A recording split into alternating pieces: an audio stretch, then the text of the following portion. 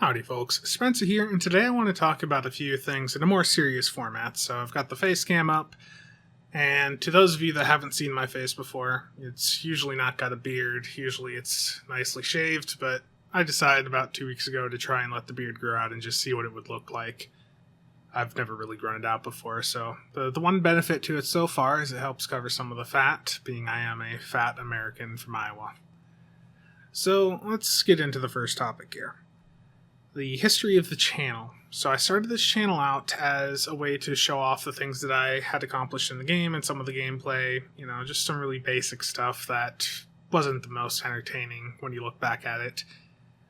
And then what happened was, over the years, as I started to learn more and get involved heavily in the min-max scene, I was starting to take that knowledge that I was learning and trying to put it out in a format that people in the general community could access on YouTube. And that led to the large focus of my channel on just trying to teach people about a variety of things over the years. Now, not every video went with an approach that I was happy about. There's some videos that I've now removed that were just really in a really negative tone. So the best example would be my, this is why most people suck at PvP video. It was meant to be something that would help educate people and say, hey, this is why you're getting destroyed in PvP. But the way that the wording was and all of that was in a tone that some people were fine with, but it's a really negative tone that pushes some others away. So there's a lot of older content that I had like that was, might have been just really elitist and how I was saying things or things like that. And I want to try to move away, from that type of content. And I think over the past few months, I've been fairly successful at avoiding things like that. So another thing too, with the channel, I was really active up until around the Victory's Life period. So I started like 2013, I think I said, and then, I kept going for a while. And then when Victory's Life came out, I was saying to people, I'm going to do, full reviews of each of the ships and builds and all that. And then I got burnt out. And could not deliver. I felt like if I went through and did a review on each of the ships or anything like that, I would have just hated myself. So I ended up just not doing the content, and then that just spiraled into like a pressure that I had of, I wanted to work on some other content, and then I'm thinking to myself, well, I haven't even gotten this done. And it was just a bad mindset for me at the time. And then, the channel just really started to stall out after that point. I did have a few content pieces come out, I think, around that time, like the Understanding STO series, that did fairly well, but the channel took a nosedive, especially when I started to get to that mindset. And then when I finally got burnt out on the game, when they removed the Foundry, the channel just died. The channel died, my investment in the game just disappeared, my time investment, and I basically quit everything for like a year or two there. And then back in early 2021, I came back to the game. What drew me back in was the cross-faction item change, because I had a bunch of trait boxes and console packs, so I started the year with like hundreds of DPRM console packs, hundreds of ceaseless momentum traits, hundreds of superior area denial trait boxes. And I was pretty loaded at the start of the year, basically. And when you have, a bunch of resources available, it draws you back in, because you like in a situation like that, I basically had an unlimited budget essentially in the game, or EC wise. I think all in all, the value of the stuff as of February, right after the change happened, was somewhere around 50 to 60 billion EC worth of items I had on me, just from the cross-faction changes. So that drove a lot of what I did throughout the year. That helped keep me engaged, and it still has given me a lot of funds that I have to continue for a long time into the future. But let's get back on track and talk about how I want things to go, moving forward. I want to continue making like this educational focused content. A lot of the recent content that I've done, I feel, has been fairly successful in that regard. The meta torp build guide has done really well. This ISE positioning guide, or the flight path, whatever, that's been doing really well. I've gotten really positive reception. I've had a few people reach out saying that it's been really helpful. And I want to keep making content like that. I want to make content that, people are going to like. So my goals for the near future with the channel, I'm not going to say, here's a set subscriber count, because ultimately this is Stowe and the viewer base for content of Stowe is fairly small. But my personal goals are, I want to get the Understanding STO series relaunched. I've already got a video that I'm going to be coming out with this week for the Understanding STO series regarding bank fleets. So for those of you that know what those are, I'm just going to explain to people how those are useful. Some other things I want to do, I want to get more of the meta build guides out there. But I understand not everyone wants the meta approach, okay? I am very well aware, especially as the DPS channel admin, as the person running one of the parsers, I am very well aware of how many people actually care about these meta things, and I know it's not many. So, I'm going to start making some theme builds. I'm going to start making the builds that I think the more casual players are going to like. I might have some clickbaity titles just to try and draw the views in, but the overall content I want to make sure, is going to be fairly good in the video. I'm showing off one of the types of ideas I had on the stream I did yesterday on Twitch. And that was a themed Calvin Connie with the Calvin phasers and the Calvin Torp on it. Things like that. People focus on, you got to have Centralinked, you got to have Spiral Wave, things like that. And just with a theme build, I can show to people, hey, you don't need this. You don't need that at all. So, the goal of the channel really, for me, is just to start getting more content out there that is going to be received well by the community, that is going to actually teach people things, and is going to show people that they don't, necessarily have to follow every bit of the meta. Okay, so something else I want to talk about was memberships on the YouTube channel. Memberships are like a Twitch subscription, basically, but for a YouTube channel. And I'm not saying to go out and give me a membership. They're not required. But they are something that I have enabled on the channel, and if you do want to financially support me and toss me a few bucks, it's there. But do not put yourself in a position where you're giving me too much money or things like that. I don't want to find out that someone donating to me meant, they couldn't get food or some weird thing like that.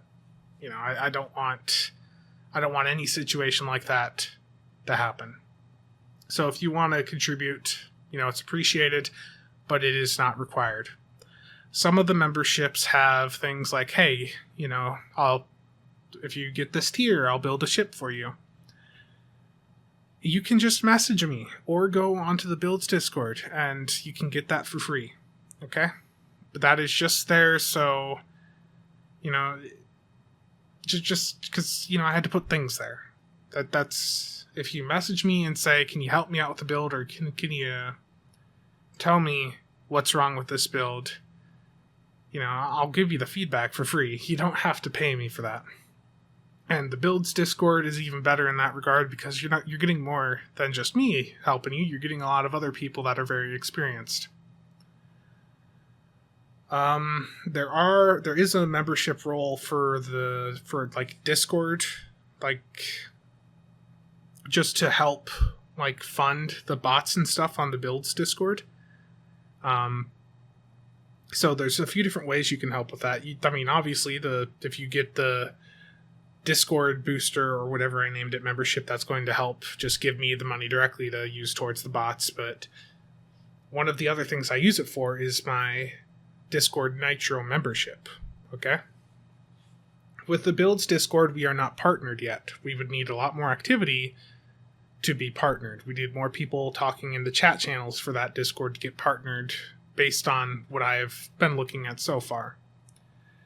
So in order to keep like all of the emotes and all the vanity URL we have for the server, we have to retain more than 14 boost on the server. Each person with Discord Nitro can apply up to 2 boost. So if you ever see that we're getting down to like 14 or 15, if you have Discord Nitro and you want to toss a boost towards the Builds Discord, that's also helping in that regard, because that takes some stress out of like the staff there and just helps keep that Discord, some of the features on it fully functional. The Discord will still work if we don't have those features, but losing something like the vanity URL at this point would sort of suck, because we've been pushing out this, hey, join discord.gg/STObuilds. You lose that vanity URL, someone else could come in and take that, and link it to a different server. I don't know if Discord would allow that type of abuse, but that is the type of concern I have. Okay, next topic. I am relaunching my personal Discord, for the YouTube content. I mean, it's always been here, but it's pretty dead. And, I'm not saying to go out and join it. You don't have to. But if you want to have a more direct connection to me, it's there. Though, as I said before, you can always just message me. If you are subscribed to me on Twitch or you are a YouTube member, you can link your account to Discord and you will gain access to some exclusive channels there, and you'll see a chat channel for you and the fellow subscribers, and you'll have there's a channel in there, I'm trying to think, for upcoming content. Okay, so you'll just get an idea of some of the things I'm thinking of working on. That's one thing with me is I occasionally will say, hey, I'm going to work on this, and then something changes and I may not be able to work on it. So just keep in mind that is always a risk with me of, it's sometimes I change the direction I'm going with content, and I cannot, unless I'm like actively recording the project, I can't guarantee that it's going to, actually happen. There's a lot of things I need to get done, and sometimes some videos just end up getting skipped because they would require me to spend more time on them, or I just don't feel like making them anymore. Just, things change. So as I mentioned, there's an exclusive area for Twitch subscribers or YouTube members, and as I said before, you do not have to pay to talk to me. Okay? I need to make that clear. You do not have to give me a subscription on Twitch. You don't have to or do the membership on YouTube to talk to me. You can just message me on Discord. And talking about Twitch, I have been thinking about it, and I like Twitch. I think when it comes to Twitch versus YouTube for streaming, Twitch is better for exposing yourself to a wider audience, but YouTube is better at connecting to your existing audience, and it allows for a much higher quality for the stream. When I stream on Twitch, I am limited to basically 1080p at a bitrate of 6K. If I stream on YouTube, I can stream 1440p at like 15 to 20 megs. Like it's a much better streaming quality that I can have on YouTube. And to be honest, based on the past like 5 or so streams I've done on Twitch, I just don't necessarily think I'm getting much of the benefit of like reaching out to a wider audience with the type of content I'm doing. So I think it would be more beneficial long term for me to potentially return back to YouTube when I do stream because the stream quality, you'll be able to see it more clear. The VOD is much easier to work with on YouTube because you have the chat right there, so I don't have to have a chat box on my stream. And, just the overall, it just compresses everything nicely into one spot, so I don't have to manage the Twitch stuff, the YouTube stuff, things like that. So, I'd like some feedback on that if anyone has an opinion. But the current idea that's been going through my mind these past few weeks has been that when I get when I pass the threshold for a payout on Twitch, which I'm like $20 or $30 away from, I'll probably go back to YouTube to stream. I think Twitch is nice, and I do appreciate everyone that has given a sub over there, but I think that the overall quality of the stream, the benefits that YouTube has, outweigh the minor gain that I get from new viewers on Twitch. So the last topic I want to shift over and talk about is the DPS channels and SCM. If you are on the Builds Discord, you have already seen some discussion about a new parser to replace the STO combat meter. SCM server is fully funded by the community. You guys pay for it entirely. And, the server for it is still going to be used. That was one of the requirements I put out there on the discussions was, hey, we already have this server paid for. It's paid for through the next year. And it would be the best for us if we could just utilize the server we have. So the new parser is entirely open source. It's still early in development. Fellow YouTuber Goss STO has actually been doing a lot of work on it. He's fairly experienced with Python, from what I understand, so he's been really just grinding away at it. And I think he's getting close to dumping the first bit of code onto the GitHub. So if you are a developer, if you're experienced with Python, or if you're experienced with setting up something to take advantage of a Windows hosting plan on Ionis, all the information's over on the Discord in the development section. If you feel like you can chip in and help, then that would be appreciated, because I would very much like to keep these projects rolling. We've also got a build planner on the Discord that we're going to try to integrate into the new parser, so people can upload their build when they upload their parse, basically, and just have some integration there to make it easier for people to share builds and things like that. But I got a little bit off track there.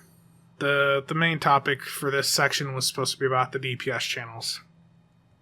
And as many of you know, I've been pretty much managing them for the last few years, and I put out a video in 2017 about the rise and fall of the competitive DPS scene, and many of the factors in that video still hold true to this day. The DPS scene is dead. The lower channels have been killed by the random TFO system. Channels like 10K, 30K, they were killed by random TFOs. There's no need to go and find a group for a niche TFO, because you can just queue up for the normal or advanced version and the random system will fill it, with a few exceptions like some of the competitive queues or the crystalline catastrophe. So the lower channels were killed by random TFOs. Okay? The higher channels have been killed by power creep. Just take a look at the tables on SCM. If you are a person running a beam overload build, you're probably doing 500-600k in a channel run at the high end of most beam overload players. You look at the table, you see that the record's over 2 million. You go in, you manage to find a supported run, and you're not even getting anywhere close to that.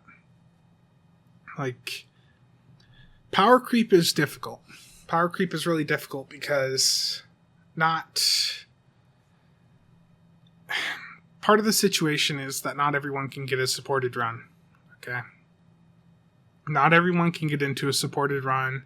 Augie, you've probably seen talk about it a few times recently. He can't get into a supported run for the life of him. So most people can't get into these supported runs, and of those that can, only certain builds can actually get up to the really high numbers. Even the builds, like the scatter volley builds, the Faw, the beam overload, all those energy weapon builds that are getting to a high level are relying on a torpedo for their damage, for a majority of their damage. I had to run the current energy weapon record, which I was going to do a content piece on. I did 1.45 mil with a fire at will build on a Dalkina. And the issue with it is that if I go out and say, hey, here's a Faw build doing almost 1.5 million, it's not Faw. It's the fact that I had an EBM on. I was in a supported environment that, there was a dedicated tank. There was dedicated Torp support players in there. It's not real. So if you're just doing a pure do build, you're just left behind in the dust. I think I've really fallen off topic on this section, but the basic summary is with the DPS channels. The lower channels were killed by the random TFOs. The higher channels have been killed by the fact that the majority of players can't get into supported runs, and power creep has killed it. There's a certain build you need to compete at a high level, and many people don't like that type of build. Look at how many people complain about Torp builds whenever one is posted. People are tired of Torps. Which I get it, but at the same time it's weird to me. We spent most of the game's lifetime with fire at will being the best thing ever, cannons being the best thing ever, and now in the last year and a half or so, Torps have been the top in elite queues, and that drives people nuts. I don't know. I've gotten really rambly with these past few minutes, so I'm going to cut the video off here. If there's anything in this video that you want to comment on, or you want to add any opinions on or anything, just leave them down in the comment section down below. I will respond when I can. I always try to, at least, unless it's some weird comment. Then I might not respond. But, like I've said throughout this video, if you have questions, you want to reach out to me, you can do so privately and I will respond, especially on Discord. Discord's the best place to get in touch with me. But that is it for this video. My throat's going, and these last 5 minutes have been real rambly, so it's time to end this. Thank you all for watching, and I will see you all next time.